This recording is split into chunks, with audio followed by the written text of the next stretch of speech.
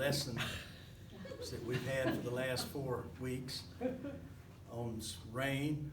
And so I brought my umbrella to look around. A number of other folks are really into the lesson because you've got your umbrella. Although I hope this rain that we're having today will not be one for 40 days and 40 nights. This is the last lesson on the Ark that we've had. Wallace taught us, and Nancy's taught, and I've taught once already. So what I'd like us to do first, let me read the scripture, because this is closing out that. Nancy got them dry last week, and so I'm just going to try to take them off. Then God blessed Noah and his sons, saying to them, "Be fruitful and increase in number, and fill the earth. Everything that lives and moves will be food for you. Just as I gave you the green plants, I now give you everything. But you must not eat meat that has its lifeblood still in it, and for your lifeblood I will surely demand an accounting. I will demand an accounting for every animal, and from each man too I will demand an accounting for the life of his fellow man. Whoever sheds the blood of a man, by man shall his blood be shed. For in the image of God has God made man. As for you, be fruitful and increase in number, multiplying on the earth and increase upon it." Then God said to Noah and his sons with him, "I now establish my covenant with you and with every living creature that was with you, the birds, the livestock, and all the wild animals, and all those that came out of the ark with you, every living creature on earth. I establish my covenant with you. Never again will all life be cut off by the waters of a flood. Never again will there be a flood to destroy the earth." It's kind of nice to hear that today, isn't it? And God said, "This is the sign of the covenant I'm making between me and you and every living creature with you, a covenant for all generations to come. I have set my rainbow in the clouds, and it will be the sign of the covenant between me and the earth. Whenever I bring clouds over the earth and the rainbow appears in the clouds, I will remember my covenant between me and you and all living creatures of every kind. Never again will the waters become a flood to destroy all of life. Whenever the rainbow appears in the clouds, I will see it and remember the everlasting covenant between God and all living creatures of every kind on the earth." So God said to Noah, "This is the sign of the covenant I have established between me and all life on the earth." Now, the last 4 weeks we have been studying Noah and the flood. Wallace built the flood for us. We know how old Noah was at the time that he started on that and got it finished. We know how wide it was. We know how long it was. We know how high it was. And one of the estimates of the number of animals that got on the flood, on the ark, was 45,000. Can you imagine having that many animals around you? Anyway, we learned how many humans were on the ark. Noah, his wife, his 3 sons, Shem, Ham, and Japheth, and their 3 wives. So there were 8 humans on the ark. We learned that it rained 40 days and 40 nights. And then after the rain, we were told about Noah and his family during the many days after the rain stopped. And finally, the ark landed on dry land, and it was time for them to leave. That's where we are today. There has been some question in Quarterly about the flood as to whether it was an image of God, one of grace, or one of vengeance. As I looked at the lesson in the scripture, I did some research, and I found a quotation that I thought addressed the issue in Basic Theology, Charles Ryrie. And Ryrie said, "A worldwide flood and the time of Noah did actually occur.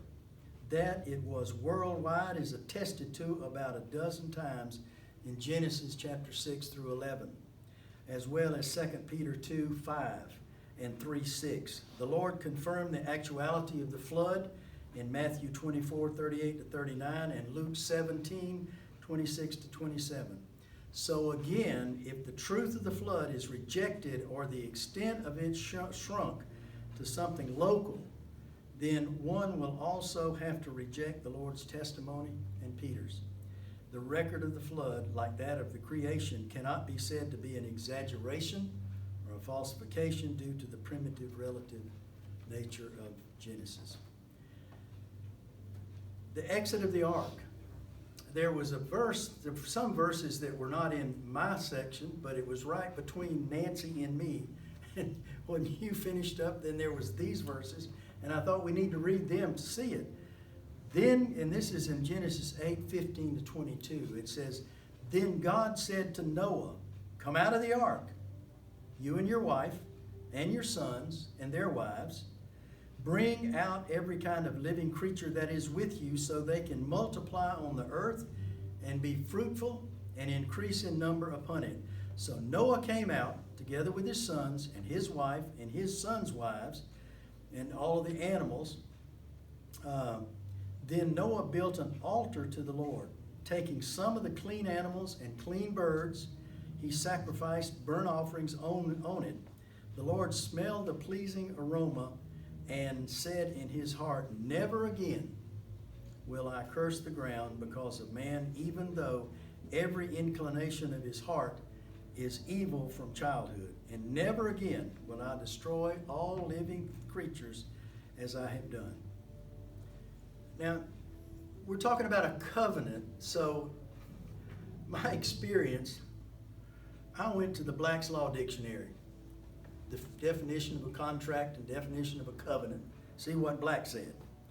"An agreement, convention, or promise of two or more parties by deed in writing, signed, sealed, and delivered, by which either of the parties pledges himself to the other that something is either done or shall be done, or stipulates for the truth of certain facts." And what we're looking at in this lesson is a contract or a covenant between God and man. So why would I go to the dictionary? Well, 42 years I've practiced law, and I dealt with contracts and agreements and between parties in my law practice before I was a mediator. I had just gotten out of law school. I had a job with a law firm. I was doing mostly real estate work at the time. And my boss came in and said, "I want you to go down to this place down close on the coast." Said, "We've got two folks that have, one of them's bought a piece of property from the other one." Said, "All you need to do is go down there and get the deed, get the check, and, get them.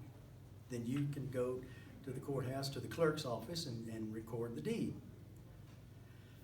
So I went down there and I saw the two men, and we were in the courthouse, and I said, "Let's go to a room." And we went to the room, and I said, "It's my understanding that Mr. A, you've got a piece of property and you've got a deed, and Mr. B, you've got a check and you're going to buy the property. So what I need, Mr. B, if you'll just give Mr. A the check, and Mr. A, if you'll give him the deed, and give me the deed, I'll go in and get it recorded." I thought, that seemed pretty simple. I don't trust B. If I give him the deed, he will not give me the check. Okay, well, Mr. B, how about giving him the check? No, I don't trust him either. So I'm thinking, here we got two people, they've reached a contract. They've reached an agreement. And and I got to go back and tell my senior partner that I couldn't close it. So what I did, I said, "Mr. A, would you take the deed and hold it out?" And I grabbed it like this. "Mr. B, would you take your check and hold it out?" And I grabbed the check, and I said, "Okay, when I say turn loose," they turned loose, and I switched it over, and I gave him the check, and I gave him the deed, and we closed it. That may have been the first time I ever mediated anything. So we got it done. And I was I really wondered if we were going to do it, because these two guys are a lot older than me. Now, what does that have to do with the lesson? About a covenant between God and man. Maybe that is just a silly illustration. But it was a situation where these two gentlemen had entered into a contract. And God is telling us that He has entered into a covenant with us that the world will never be flooded again like it was then. Never again will I curse the ground because of man, even though every inclination of his heart is evil from childhood. And never again will I discover or destroy all living creatures as I have done. So what is God telling Noah? What do you think Noah felt like as he and his 3 sons and their wives got off the ark? Well, I'm sure he was appreciative. He didn't want to go through that another time. No. But what was Noah giving up, or what was his part of the covenant? What was he going to do? What was God wanting Noah to do? Obey. And if you got off and this is what gets me, if Noah got off, Nancy told us last week that it was the world was dry. There's nobody else there. There's no other animals there. All you've got is what you have on the ark. And the 45,000 animals came charging out of the ark. And they're going to dump that ark somewhere. You've got 45,000 animals getting off the ark. You've got 8 people getting off the ark, and God is saying, I'm never going to do that again. So, did God do that out of vengeance, or why did the ark, did they have the flood? No, wasn't there so much evil? Maybe that was just the fastest, most expedient way of getting rid of everybody. I don't know. How is this any way different than Adam and Eve? What did we have, if we go back several chapters in Genesis, and we've got Adam and Eve, what do they have there? They disobeyed God. That's right. Yeah. But what was the world like, the earth like at that time? How many people were there on it, do we know? Only 2. Just those 2. It was just starting with Adam and Eve, and they started their world. And then God wiped all of that out, and now we've got Noah and his wife and his 3 sons and their wives. So evil didn't started early because Cain killed Abel, his brother. Yeah. Just like that, Yeah. early. Started out earlier. And now we've got the earth that we've got, everything is great. You looking for lightning? Bill, it's a good thing we have the covenant, because God gets angry with people many times after. Yes, Yes. that's right. And if He had vengeance, none of us would be here. That's right, That's right. that's right. So true. So there was still going to be problems in the world. There was still going to be this kind of stuff that we look at the people that Ukraine are experiencing now. Yeah. One of the interesting things, and not long ago I saw an article in the paper that by 2050, this person said that the oceans were going to rise a foot. Yeah. That's 30 years. I don't think I'll be around in 30 more years. But I don't think it's going to wipe out the earth either. But we can be confident that God's not going to wipe out the earth because of that. So anyway, that's the covenant. And the rainbow. What about the rainbow? God's promise. God's promise. In the covenants that I was looking at, in the Black's Law Dictionary, it said, by deed in writing, signed, sealed, and delivered. Now, did God abide by the Black's Law Dictionary? No. Well, yes, there is the Bible. He did it. Yeah. And He gave us an idea, not an idea, a promise, as we can see the rainbow. And the rainbow is a promise that this is not going to happen again. Are there other covenants in the Bible? Oh, lots of them. Yeah, if you look in the index of your Bible, look at how many times the word covenant comes up. I was gonna go over those and I couldn't, there were just too many of them. And it, but that's what God is telling us in this, with the rainbow. Now, was there rainbows before? Maybe not. Maybe not. We don't know. But we know this rainbow is a promise from God that it's not gonna happen again.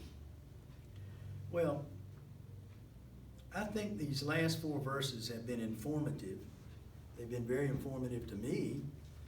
Wallace, you told us how long the ark was, 150 feet longer than the football field, and that was how I compared it. And it's 75 feet wide and 45 feet high and 3 levels. And they were in the ark for how long? About- 120 years. It was about a year. It may have been a little more than a year.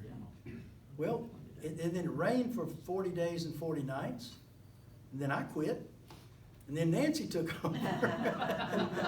And Nancy told us about that time between the time the rain stopped and the time the world dried. And you know, I found somebody who had actually, they were giving you every little date and how they came up with these numbers about, and it was just like, I'll just give you the total and I. Yeah. I think they came I up with wonder how they did that. 371 days. I just thought, oh, I can't. I may have Some seen of that. those month dates were like the 27th of the month, you know, they didn't. Yeah, do the it second in month and the Yeah. 27th day. and The it was- 15th or Yeah, something. and there was a chart that I saw. Yeah. And the chart tells you how long this happened and that happened, but it was over a year, so. Well, what interested me was the 40 days and 40 nights ended, but it was like the rain was just kind of still trickling. Yeah. You know, it's like slowly being, you know how it rains and then Right. you go, oh, it's just a little, Yeah, something still coming down. I must not have read it very well, because my idea when I started this 4-week situation was, it rained 40 days and 40 nights and everything was okay, and Noah got off and there was the rainbow and here we are. And I said, we're gonna teach 4 Sundays with this? Wallace got us to going, and then Nancy and me tried to do something with it. So that's what we've got. We've got this covenant that God is telling, and we know that when God said something, He meant it, and He didn't back off of that. So His rainbow in the sky is like our signature that we have on our deed, on our contracts, on these other Right. things that we're doing.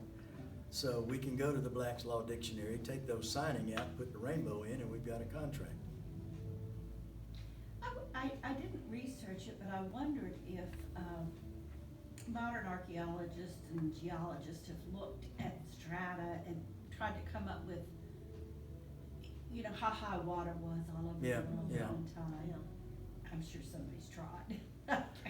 I think Frank was talking about Yeah, that he to us was. one day about some studies that he had seen about what But now there have levels. been many, starting back in the 1800s, where people have had expeditions trying to find the Ark. Yeah, Oh, they So that's found, an interesting- go ahead. They found wood on Mount Ararat and think that might be it, and so. This may sound a little corny, but I think another covenant that we have, I sang for a lot of weddings, and that is a beautiful covenant when Yes. you are That's true. married. And, I just, I think everybody should be required to go to one wedding a year, to hear the vows said, Yeah.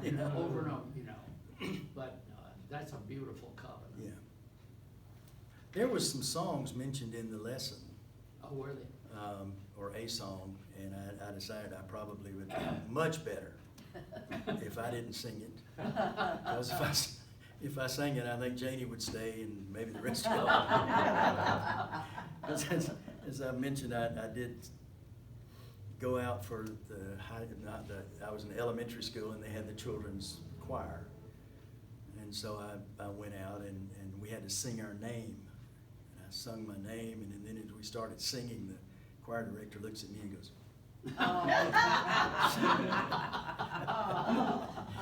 so I have followed that for all these years. Oh, well, I think these 4 lessons have been informative. I know they've been informative to me and Wallace and Nancy as well. At times, it's been difficult to prepare for the message that we finished today with the rainbow. It was not one of those things that you just really could grasp in putting the lessons together. There's a great symbolism in the use of a rainbow. A bow is a weapon of war. By putting one in the clouds, God is figuratively telling humankind that this weapon will no longer be used against them.